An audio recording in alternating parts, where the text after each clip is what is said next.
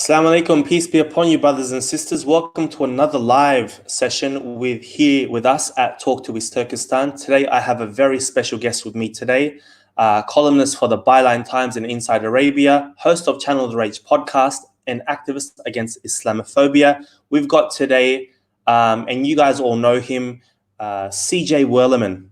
Welcome, mate. How are you today? Hey, Aslan, good to be talking with you. It's the shoe's on the other foot this time.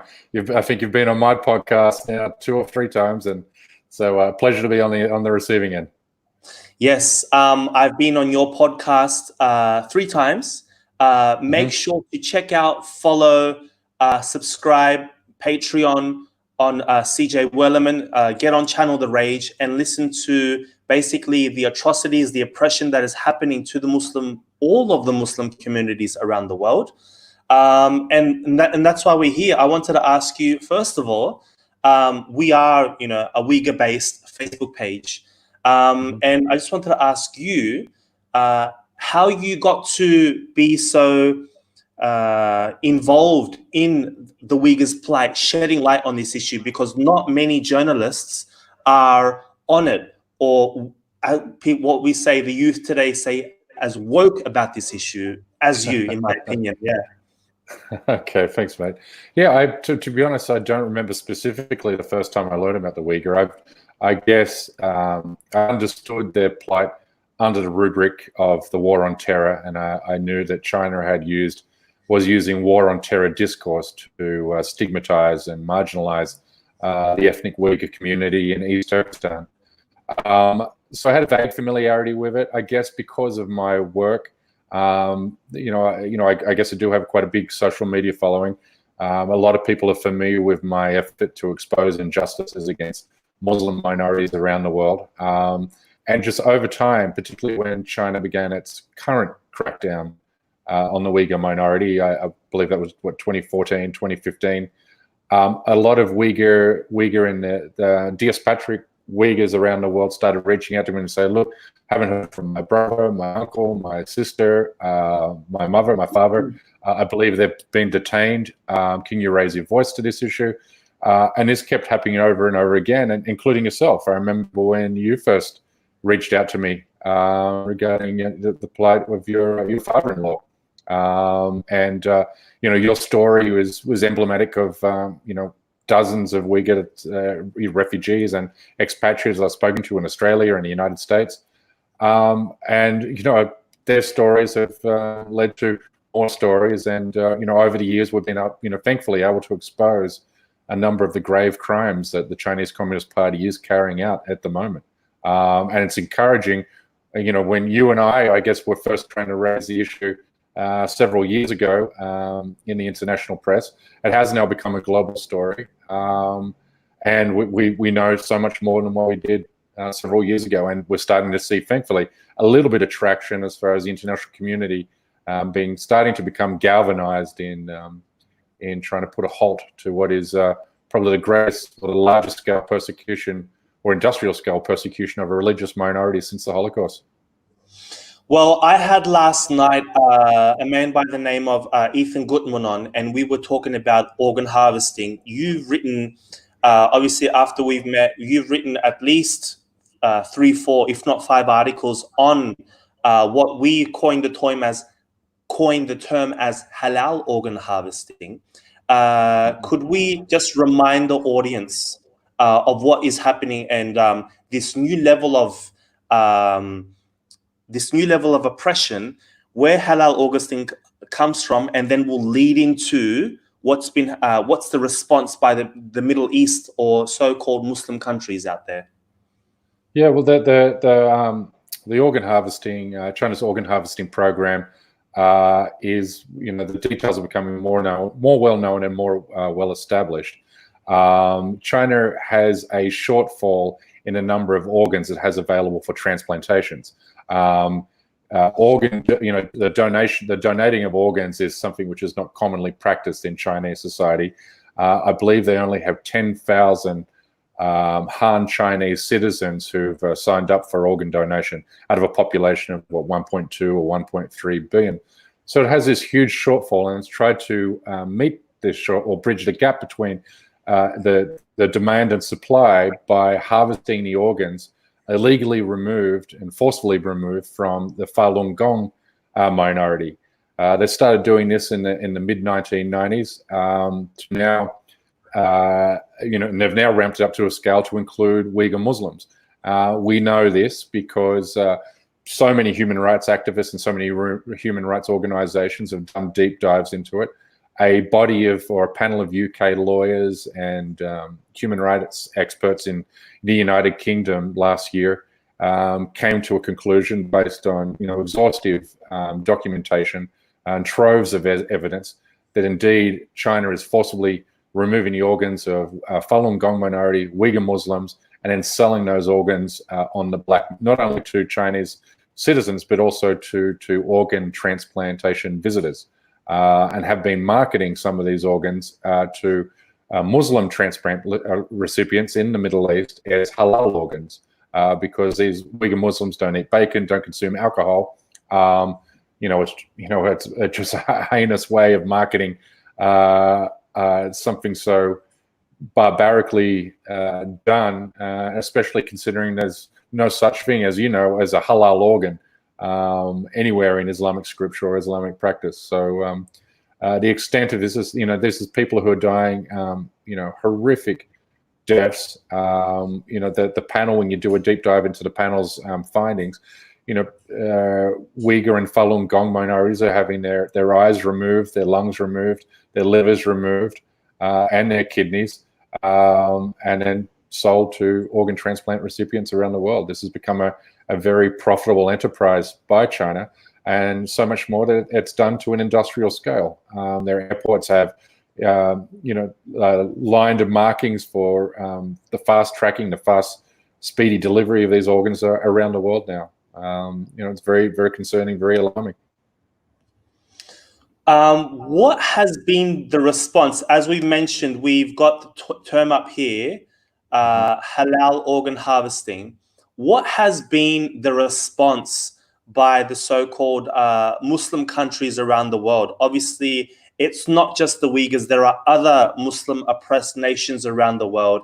Especially your wealthy countries in the Gulf are not really speaking up. I mean, you do have individuals pop up now and then, but a full-blown government support, the level to America, I mean, even Turkey has been quite silent on the issues for the past 3 or 4 years.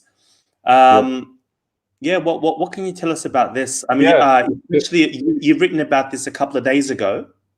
Yes. Yeah, it's an interesting paradox. What you have at the moment is European and Western democracies standing firmly against China's illegal detention of upwards of 3 million Uyghur Muslims and all the barbaric practices which have ensued. But you have standing in solid support with China and its persecution of the Uyghur minority are authoritarian and getting a bit of interference in my ear. Sorry. Yeah. So you've got Middle Eastern countries and African countries, typically authoritarian dictatorships, which are standing in firm support of China at the moment. In fact, when 20 odd Western European or Western democratic nations signed a letter at the United Nations condemning the detainment of Uyghur Muslims, you had then following, I think 4 or 5 days later, you had Saudi Arabia, United Arab Emirates, Qatar, Pakistan, Kuwait, Iraq, the Assad regime in Syria, all coming out and signing an open letter expressing support for China's Muslim concentration camps and using Chinese Communist Party propaganda to parrot that these camps are used for vocational training or counterterrorism measures. At the end of the day, these Middle Eastern countries are happy to sacrifice the Uyghur as long as if that's what it takes to maintain their patronage with the regime in Beijing. China, as you know, has the largest economy in the world at this point, has enormous economic clout. These Middle Eastern countries see China as a good way to balance their interests or balance their partnership with the United States. as part of its strategic balance, part of their strategic balancing and counterbalancing measures. So that's what we have. We have countries which are typically identified as being Islamophobic, particularly in the age of the war on terror, standing in opposition to China. And then we have these Muslim majority countries which are expressing support for China as China's cruel and barbaric persecution of the minority. Yes, you're absolutely right. Essentially, if these people were living in occupied East Turkestan, they themselves would be perfect candidates for these concentration camps, whether it be their outward look or you would assume that they practice the Islamic rituals or the Islamic practice. Yep. You've written extensively on the Rohingya Muslims. I want to talk about China. What generally people don't talk about this or bring to light, but I want to talk about China's influence on the Rohingya or in Myanmar. How does China play a role in all of this? Yeah, I mean, China obviously shares a border with Myanmar, and China is an important trade and military partner with the Burmese regime in Yangon. So, China doesn't care what the Myanmar military are doing to the Rohingya minority. The only thing that China cares about is that oil pipeline stays open between the two countries, and that Myanmar remains a steadfast ally with the Chinese Communist Party. Myanmar is, in terms of geopolitical affairs, is a very, very small player. It's not as though China is dependent on Myanmar for its trade, but it is a useful ally, particularly as the tensions between China and India escalate. China is always looking for new partners in Central Asia and also Southeast Asia, and Myanmar happens to be one of those. They both share a hatred for their pesky, Muslim minorities, and this is where we are today. Unfortunately, the Rohingya issue hasn't been resolved by the international community. Encouragingly, you had the International Court of Justice, which is the United Nations' highest court, bring down an unprecedented ruling which determined that Myanmar is carrying out genocide and needs to take immediate and concrete measures to prevent the further genocide of the Rohingya minority. But nothing has changed since that ruling. The international community has done nothing to guarantee the security and the well-being of the Rohingya, has done nothing to pressure Myanmar into granting them official citizenship so they can return and live in peace to villages and towns that they've lived in for centuries. And so they're left in no man's land, left languishing in these refugee camps on the Myanmar-Bangladeshi border.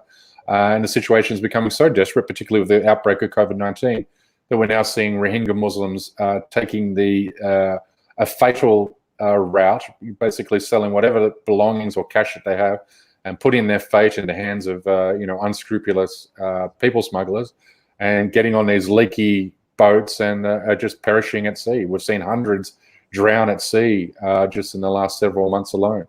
And we also have the situation for the Rohingya that countries like Malaysia, another Muslim majority country, are actually turning back Rohingya refugee boats out of fear that they might be carrying COVID-19. So this is a minority that have been damned to the gates of hell, basically, by all and sundry, not just China, but also by the rest of the international community. We all have the Rohingya blood on our hands, so to speak. We've been talking about, especially in the Uyghur community, we've been trying to tell the world, look, if you don't stop China, this will essentially spread across the world. Other regimes, other oppressors would want to follow in China's footsteps. And we see this currently in India, don't we, with the Modi regime? Could you talk about what's happening with Modi and how he's really quite similar, following the footsteps of Xi Jinping? Yeah, I mean, you make a really good point. Just to circle back a little bit, I mean, the international community made a solemn promise of never again in the wake of the Holocaust in the middle of the last century. The United Nations was basically established to prevent further war and also to prevent further genocide. And we're now living in a period in this century where genocide and ethnic cleansing is becoming normalized because of our refusal to act. I mean, and it starts really with Assad's extermination of the Sunni majority and the opposition there in Syria. And the world has done nothing to stop that. The international community has done nothing to stop the ethnic cleansing of the Rohingya, and has done nothing concrete to prevent or halt what China is doing against Uyghur and East Turkestan. So when we look at, we pivot across to what's happening in India, if you're Modi and you've looked at what's happening in his country, you can only feel emboldened that this is the moment to strike. I mean, these Hindu nationalists in India have been wanting to ethnically cleanse India of their 200 million Muslims for decades. They see this as an opportunity, number one, because they hold power in India, and number two, because the international community is grappling with the COVID-19 pandemic, and number three, because they have seen the international community has no appetite or willingness to prevent or halt ethnic cleansing or genocide around the world. So it's no coincidence that India is using this moment to launch its Hindu nationalist or Hindu settler colonial project in Kashmir. It's just granted 25,000 Indian citizens domicile rights in Kashmir as of just in the last several weeks alone. The idea is to do in Kashmir what Israel has done in the occupied West Bank, set up outposts, these military outposts. These military outposts turn into settlements, and these settlements turn into towns, and these towns eventually become standalone cities in their own rights, like some of the biggest settlements in the occupied West Bank. So that's one part of the Hindu nationalist project. The other part is to forcibly expel or to make conditions so unbearable for Muslims living in India proper that they'll want to self-deport to Pakistan or Bangladesh or elsewhere. So yeah, to come back to your original question, yeah, what piece of evidence or what data point could Modi look at and feel discouraged in carrying out the forcible removal of upward to 200 million Muslims, which would be the world's largest human catastrophe? We had Adrian Zenzer on a couple of days ago talking about his report, what the world is referring to as a demographic genocide. And as I mentioned before, same thing happening in Kashmir, putting in Indian nationals into Kashmir, same thing that was happening in China into occupied East Turkestan, moving over the past few years, according to his numbers, upwards of 2 million Han Chinese into the area. Obviously, international pressure or these rights bills being put in recently. What did you make of his report, and how similar, and as you mentioned, what could possibly be the removal through self-deportation of 200 million Muslims in India? Yeah, I mean, how does the world even begin to manage, such a large-scale human catastrophe? But yeah, you're dead right. I mean, what China is doing in East Turkestan, what India is doing in Kashmir, what Myanmar is doing in Myanmar to the Rohingya, is exactly what Israel has been doing to Palestinian territory since 1967. This is all about trying to change the realities on the ground, so the realities become unsustainable for the indigenous population of this territory. And if you look at Palestine, it's just a perfect example. I mean, in 1948, when Israel forcibly expelled up to 800,000 Palestinians during what is known as the catastrophe or the Nakba, and they've been doing a slower version of that since 1967.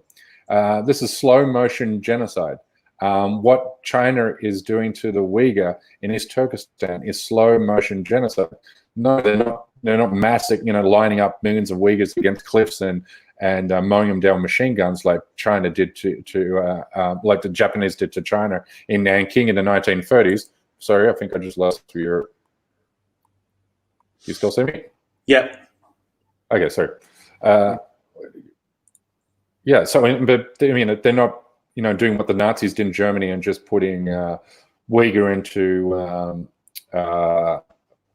into chambers. Yeah, into death chambers and so forth. But it's more of a slow motion genocide, and they're doing that through forced sterilizations, forced family separations, forced adoptions, forced contraception, and then flooding the area with Han Chinese migrants. You'll see more and more demolishing of anything that looks Islamic. Mosques have been demolished. We already know from satellite images that dozens of mosques have already been razed in the region.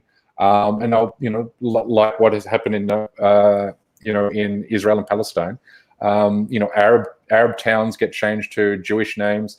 In East Turkestan, Uyghur names will be turned to will be Sinified, and until there's no evidence that minority ever existed on that land before, it's total erasure. And because it's slow motion, the international community does a little act because it doesn't feel like there's an urgency to the matter, that it somehow can be resolved down the road at some later point. Yeah, obviously everyone is on China's back or against China now because of COVID-19 or Chinese virus or CC virus or whatever you want to call it. I'm worried, or many Uyghurs are worried, that once this pandemic is over, everyone's just going to be back to business with China, making their deals, making their extra 5 to 10%. And all of this, all these laws, all of these quote unquote, what do you call it? The banning of their goods is all just for show. What do you think about this? Are we going to go back to appeasing China after this pandemic? No, I believe in, I firmly believe that a new Cold War has begun. I believe there's a turning back now as far as individual bilateral relations are concerned with China.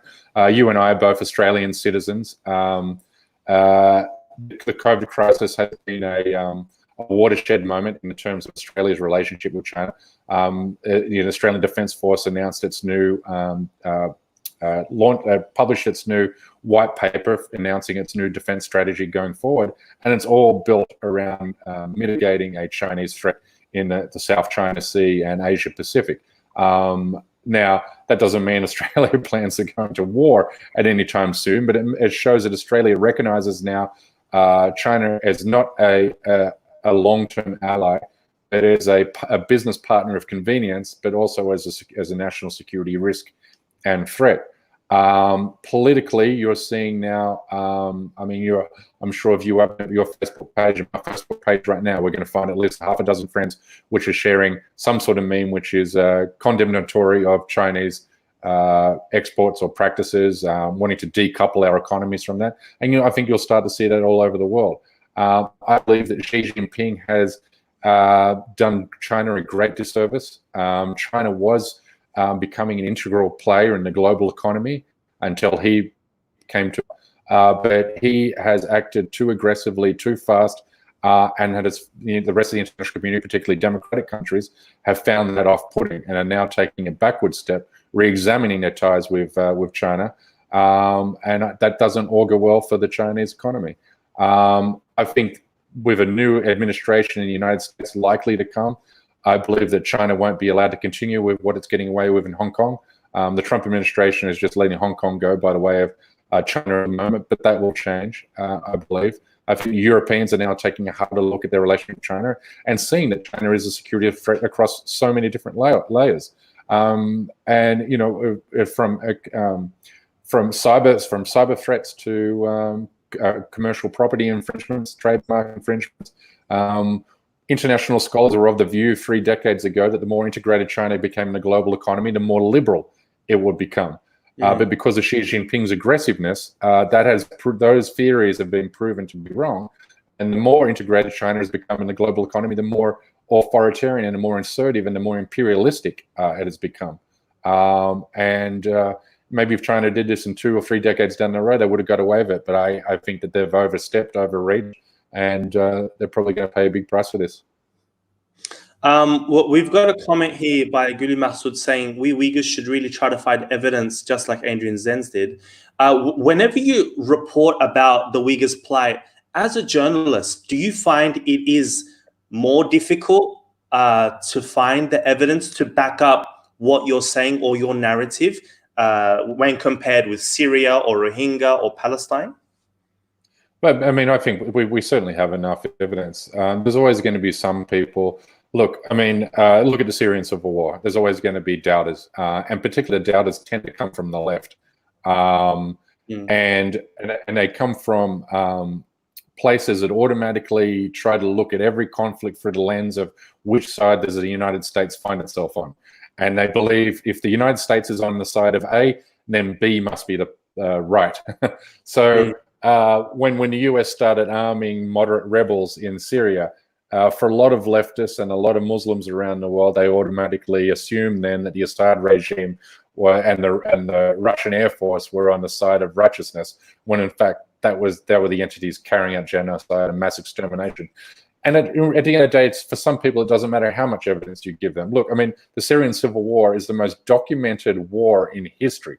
No other war has had reported live streaming from cell phones and so forth, Twitter accounts, and you still have 30% of the world that believes that the White Helmets are part of Al-Qaeda and that these Syrian rebels gassed their own families to make Assad look bad, and this is all part of a CIA operation to further a greater Israel or greater Zionist project in the Middle East. And the same thing when it comes to the Uyghurs in China. It doesn't matter how much evidence you give some people, and particularly you'll find with countries which have strong alliances with China.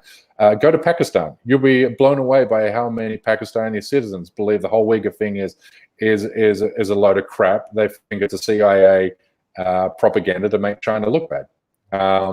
And that they won't be moved by doesn't matter how many satellite images, doesn't matter how many eyewitness testimonies we have, doesn't matter how many independent human rights investigations we go into, it doesn't matter how many troves of actual Communist Party documentation we have. We've had so many leaked documents which show how systematic and how structural China's persecution of the Uyghur is, and still people doubt that evidence. So, if you haven't made up your mind by now that this is indeed carrying on in East Turkestan, and it's unlikely that you ever will. I love this article here. The Uyghur Human Rights Policy Act, Donald Trump, Republican Party. Could you just shed light on what this article is about? Because this was really quite shocking. Yeah, I mean, the US has actually, on the one hand, you have to commend the United States for taking the lead in placing sanctions on those responsible for carrying out what is cultural genocide of the Uyghur. But it doesn't. Their actions against China don't come from a place of altruism or a good faith. Their actions against China come from geopolitical struggle. They see as an opportunity to punish China, to damage China's reputation at a point in time that a new Cold War has emerged. So now now that we're in a new Cold War, we're going to have propaganda on both sides. We're going to have China's propaganda. We're going to have US propaganda. We're going to have both parties acting in ways which are designed to advance their own respective interests. For the United States, we know the US doesn't give a damn about the lives of Muslims, particularly from this administration, which has banned, Trump's first act as president was to slap a ban on Muslim migrants into the United States. But what my piece was about specifically was revelations made in John Bolton, former ambassador John Bolton's book, in which he overheard Trump speaking with Xi Jinping and Trump expressing support for China's Muslim concentration camps. Now, this is a departure from US norms.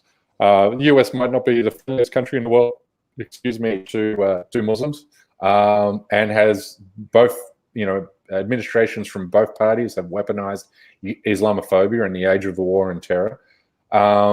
But no president until Trump, has advocated or expressed support for concentration camps. We went to war over Nazi Germany to liberate Jews from concentration camps. So this is a stunning remark. One I don't believe has got enough attention. It's just unfathomable. The world's leading democracy, the president of that country, the leader of the free world, would be supportive of such one of the worst crimes imaginable against humanity. Okay. Sort of the last question here. What's your advice? I mean, you've got here, you've labeled yourself as an activist against Islamophobia. And, you do essentially activism through your journalism, through your writings. We see that. What advice do you have for new Uyghur activists? Obviously, journalism and shedding light on issues is an art. What would you say to those? Yeah. So that'd be a question I should be asking you, since now you've I see your face everywhere now, which is which is great. You've built up a magnificent social media following, and it's because people love following your work. You've stayed steadfast, you're consistent, and you stay focused on a singular issue. For activists, I mean, I cover everything from Israel-Palestine conflict to Kashmir to Myanmar. And wherever Muslims are persecuted, I guess I don't have a singular focus like you do. But yeah, for my advice for activists would be to follow your lead. Pick an issue which moves you, and stay focused on that issue. And eventually people will follow you, because they'll see that you have moral consistency and intellectual honesty on that issue, and you'll raise a following. And from that following, you can do good things.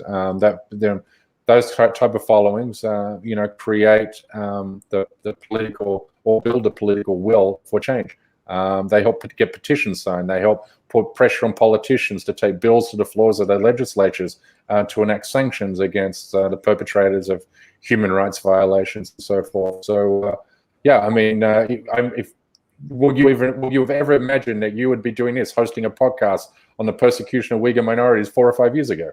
Yeah. And then you've now become, one of the most prominent voices on this issue. Well, thank you very much for that. It's very humbling. Well, thank you for giving us your time, your insights. I do hope to have you in the future sometime. I mean, I was on your podcast 3 times. So thank you so much. I want to thank all the viewers. Please like and share this video. Spread the news, not just about what's happening to the Uyghur Muslims of Chinese-occupied East Turkestan, but of all oppressed people, regardless of religion, regardless of faith, regardless of creed. We are all human beings at the end of the day. Thank you so much, CJ. And thanks, to everybody, assalamu alaikum, and peace be upon you all. Thanks, brother.